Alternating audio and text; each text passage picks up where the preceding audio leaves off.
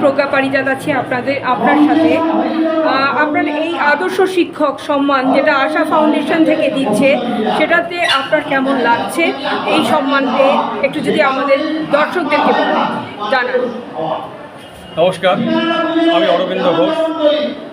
আমি আজকে এই 5ই সেপ্টেম্বর পবিত্র শিক্ষক দিবসে আদর্শ শিক্ষকের সম্মাননা পেয়ে আমি খুব কৃতজ্ঞ, আপ্লুত।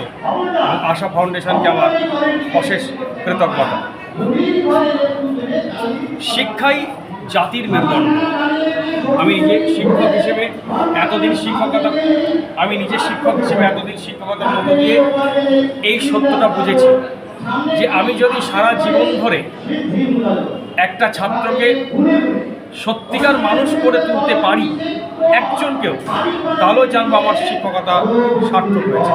অসম্ভব ধন্যবাদ দাদা, অসম্ভব ধন্যবাদ। আপনি একটা সুন্দর কথা আমাদেরকে বললেন যে এটাই ঠিক, যে একটা ছাত্রকেও যদি আমরা শিক্ষিত করতে পারি, সঠিক শিক্ষায় শিক্ষিত করতে পারি, সেটাই আমাদের শিক্ষক হিসেবে আমাদের সমাজে কিছু দান করা হলো।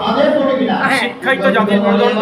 রবীন্দ্রনাথ বলেছেন যে এই জগতে জ্ঞানের আলোক আনো।